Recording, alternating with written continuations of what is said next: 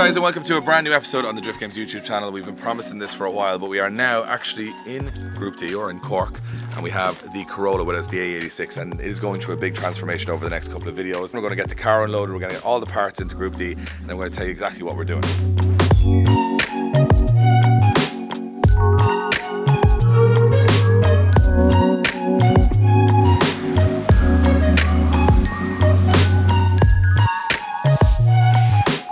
So we're here at Group D. As I mentioned, the car is now in on the ramp. The boys are getting on it really, really quickly here. I'm here with Darren, and the reason we're bringing the Corolla to Group D is because you just have Corollas forever and you seem to know a lot about them. So I said, why not bring it to you, who knows more probably than most about Corollas. You carry most of the parts for everything for an 86.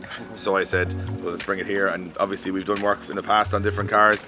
This is very different though, because one car, A, it's a car you actually like that I brought you. B, it's actually down your alley, so it's not something unusual. Yeah. And C, it's a road car. Half the size of the last car? Yeah, half the size of the last one I brought here with the Mustang.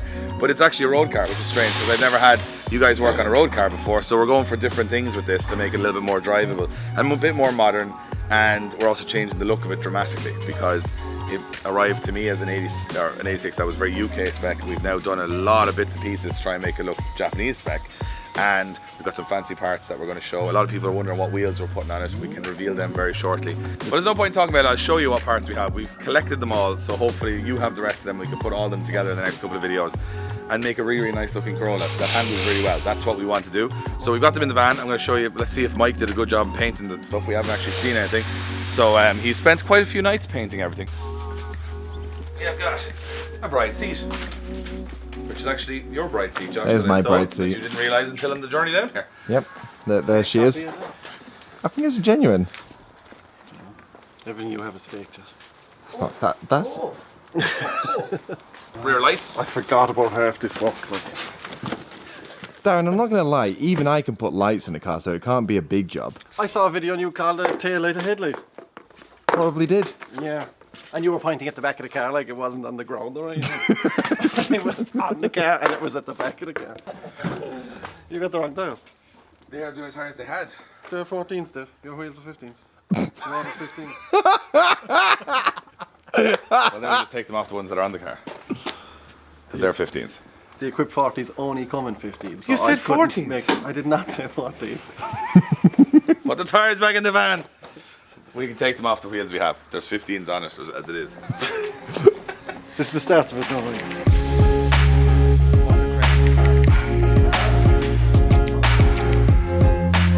So before we go any further, we've ordered some very special wheels for the car. Now the guys here in Group D are dealers for work wheels in Europe. And with the car being so clean and so perfect, there was no other option really but to put a genuine set of Japanese wheels on the car to really, really make it pop. But we went for a very special set, and one that I think will fit it perfectly. Now we asked Darren and the guys for the perfect offsets and sizes, so we've gone for 15. And these are kind of 8Js, these are kind of like the perfect Corolla fitment really. Yeah, perfect, yeah. So it's bang on. Look at that. That is a very pretty wheel. Very tasty. It's like a 70s F1 wheel or something. Yeah. And this is the wheel they brought out as sort of a 40th anniversary of the company. So it's like an old school retro wheel, but it's a brand new wheel. These things are massively sought after, simpler caps like. It's crazy. These are like huge money on their own. For the works of it. Yeah. And they're the first thing to be stolen in Dublin, Dave. I'll have to glue them, tape them, and put an alarm on them. They're very nice. Now I'm pumped to see it on the car, because that is the perfect wheel that I would go with. Shame you've not tires. Wait. There's always something, you know, he brings such a known car, we know everything about it, there has to be something going on. Well, tires aren't the worst thing to go wrong. I said I could have brought 2 Sylvia bumpers, which could have easily happened in the last week now with the way things were going.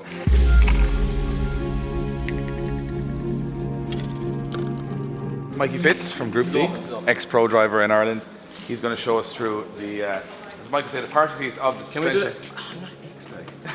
He's an ex-pro driver because he has to come back and then he will lose his, you know, like your ex-girlfriend is still your ex-girlfriend until you get back with her. Oh, so I get it. Thanks, Mike. That's how it works. Thanks.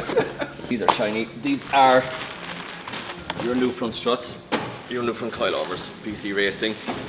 Complete strut with spindle and all, which is pretty common problem these days with A86s because they're all getting old, you know. You put it on, you have a new strut, new spindle, everything is out of the box, brand new, everybody loves them.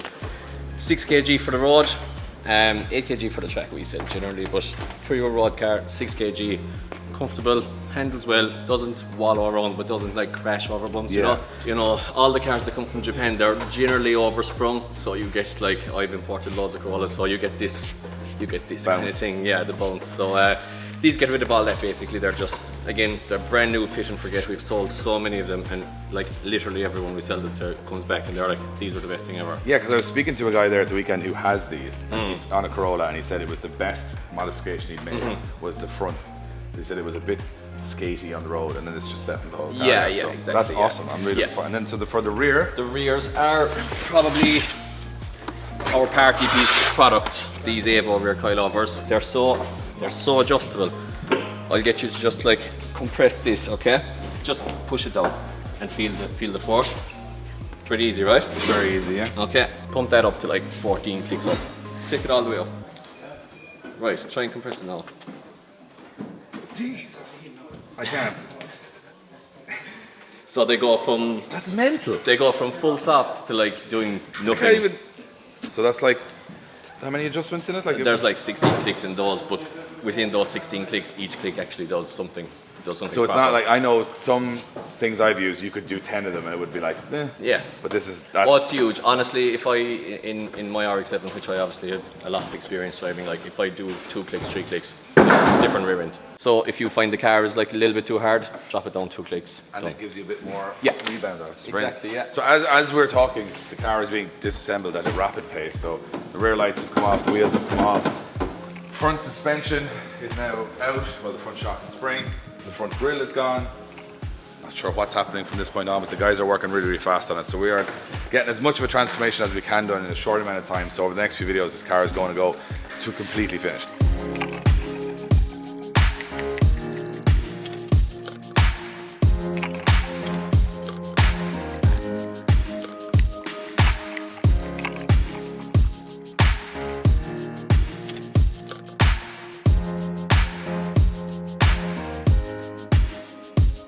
So things are moving pretty fast. So we were just talking to Mikey about my wheels, which are the Work Equip 40. So I put my little center cap on.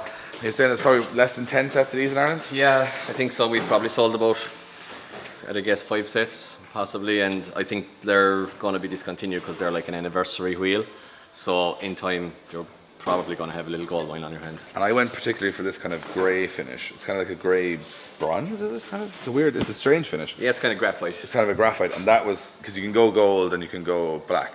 We have a gold set here actually, if you want to Actually, I see. can show you guys the gold set. This is the gold set. So this is same wheel, but just a different center. It's such a nice wheel. I think you can put them on a Nissan Micra and they'd still look phenomenal because they're a nice wheel. But We interrupt this video to give a very special shout out to one of our partners here at Drift Games, Mobil 1 Oil.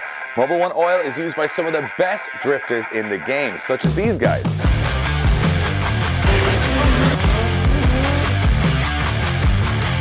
As you can see, even I made the cut into the best drivers in the game. What? So yeah, Mobil 1 is used by the best drifters in the world, and me. one part that we are putting on the car is this Panhard rod. Is that what it's called? Panhard rod, exactly. Panhard yeah. rod. So this, this is my theory. So this is like where the clouds and the colors start to go and people are like, wow, what's happening? This is because the car has a live axle.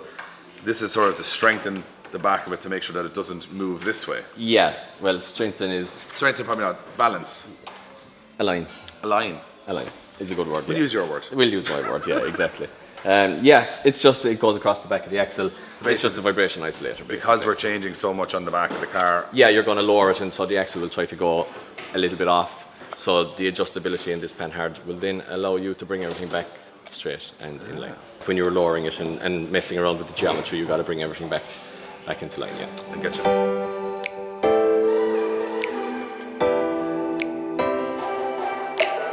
These lights actually came on the original car when it came in from Japan to Ireland, but then the guy swapped them out for UK lights, which if I have them.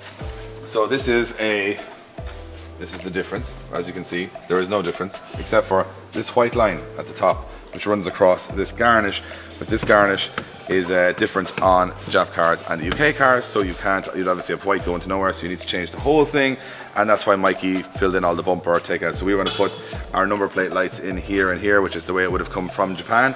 So it's essentially just returning it back to the original look of the car from Japan, because it would be strange having a Japanese kit, Japanese wheels and UK lights. It would just look very odd. So we're changing that at the back, which it looks really good. I'm really happy with them. These are actually not too expensive. A lot of you guys will say, why did I not put red lines on it? Because they're a fortune right now, and actually will maybe down the line change them to red lines, but these were available at the time, so it gives us the look we want for the moment.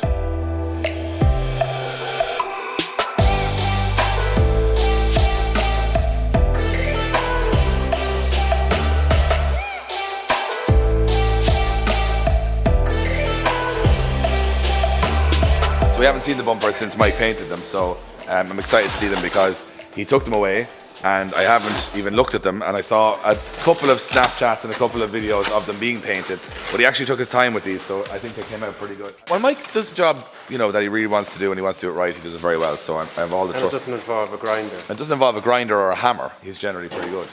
This and the wheels will be the biggest aesthetic change on the car, and it's the bit that I'm most excited to see when it's done, because I wanted to look like a car that could turn up to Nico and do a bit of skidding and could drive through Tokyo. That's kind of the look we went with, and that did come out pretty nice.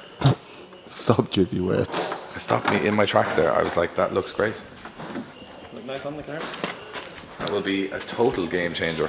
And the thing is, we're transforming the car so quickly that it's almost very exciting. Like, it's like things that you just turn around and the lights are different now, and you turn around and something else is different. So these guys don't mess about. So a lot of people will obviously be wondering about the pockets, lad. How are the pockets? Shout out to Neil and the boys in Juicebox. They had a lot of trouble and a lot of welding. Probably about a year and a half of welding, because the pockets weren't great. The pockets on this one are actually great. If your hand went through. Just straight through. All the filler falls out on the ground. No, these are very solid, as you can see. Usually people have, you know, the bumper on, and what the guys were saying is they'll have skirts on over the sills, because the sills are so rusted it hides that. We're not going to run any skirts because we're actually not trying to hide any rust, so that's a real positive on this car, and that's the look we wanted. I'm just super excited now. We're getting very, very close to seeing this car start to come together, and yeah, I don't think I've ever had a Corolla that I could do exactly what I wanted to it, so this has just been a totally mad experience this year, winning the car and now being able to put some awesome parts on it and just get that final look. It's like, I still can't believe it's happening. It's really weird. I still don't believe I own this car, because I didn't go to look for it. I didn't think about it for a couple of months. I didn't go looking at, you know, 5 or 10 of them to get the best one. This just arrived and we got it. Like, see, Eddie is some manly noises coming in the back from there. That's manual labour going on over there. I wouldn't know much about it.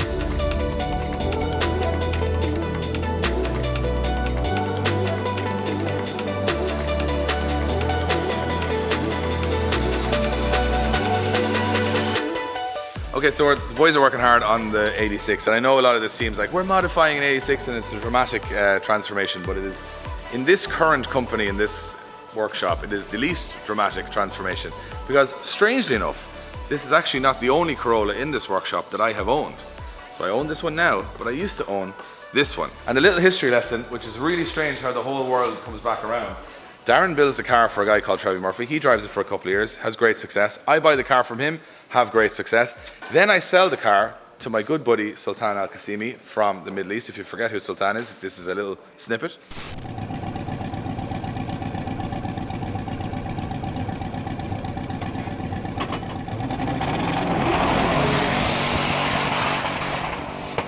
And then Sultan comes over to Ireland to drift. He decides to buy my Corolla and then send it back to Darren. So the car has now gone a full circle. So of course, knowing Sultan, he said, you know what, just freshen it up, bit of oil would be grand. Put in a new set of tyres on it, maybe give it a clean. That's not what happened, Darren, at all, is it? Well, you actually left it out in the rain for 2 years. It took about 2 years to convince him to rebuild it. It was funny actually rebuilding it, because we built it in 2006.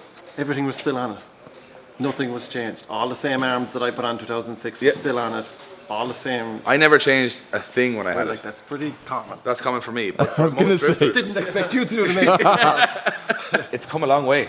And you guys have spent a lot of time and effort on this. Yeah, it's amazing. Yeah. So talk us through. Obviously, we had an SR20 in here. We certainly do not anymore. We've twice that.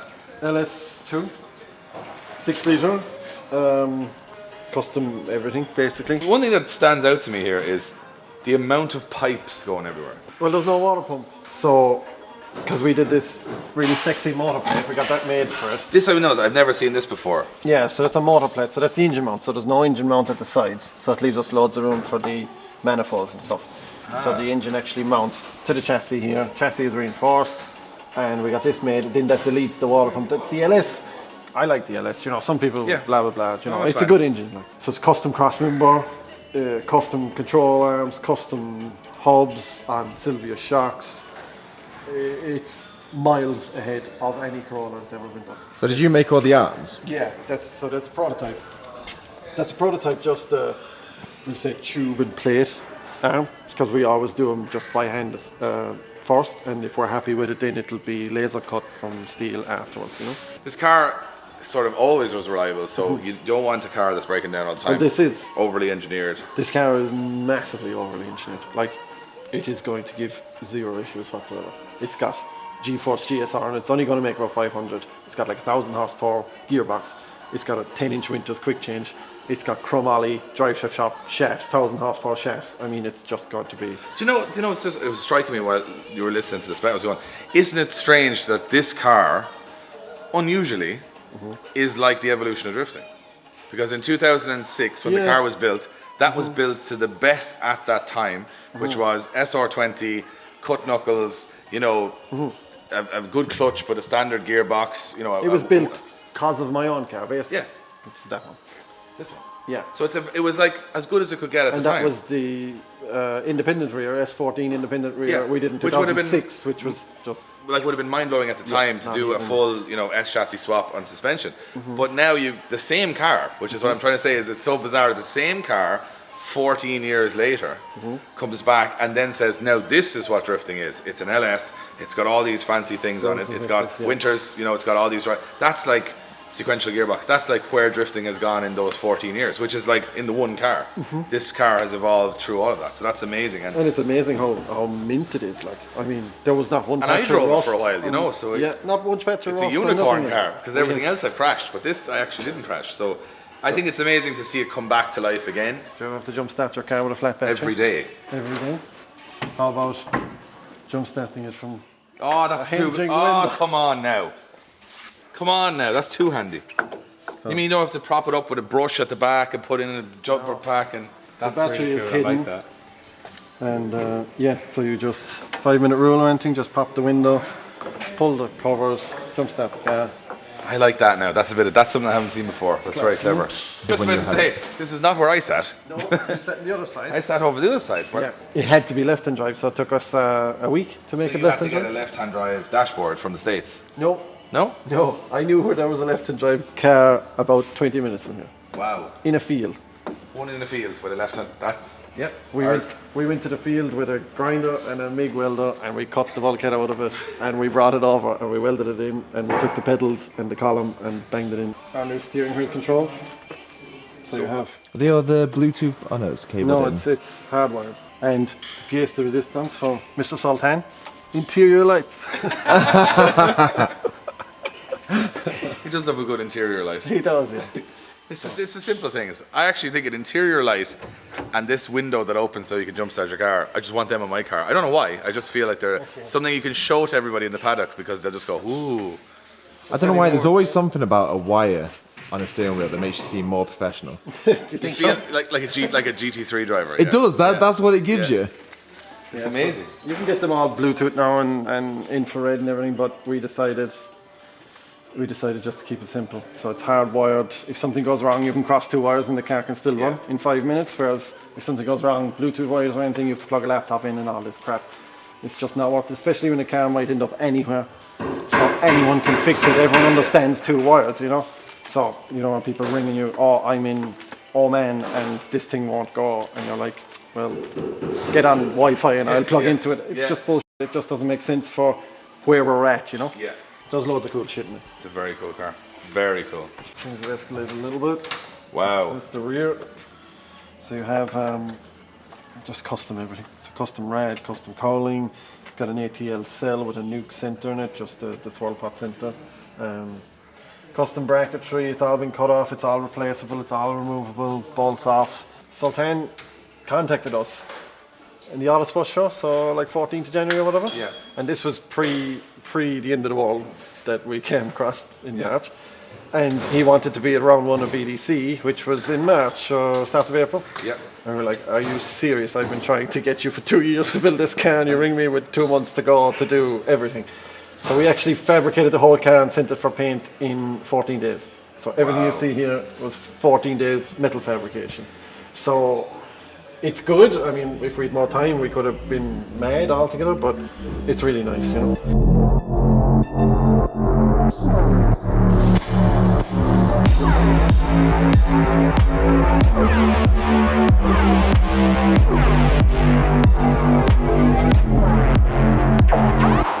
Alright guys, so progress on the Corolla is going very, very fast, and we're not going to get it all done in this episode. So over the next 2 episodes we are going to be finishing this car to completion. We hope you guys enjoyed it. We hope you guys enjoyed the look around Sultan's new car, which is absolutely mind-blowing.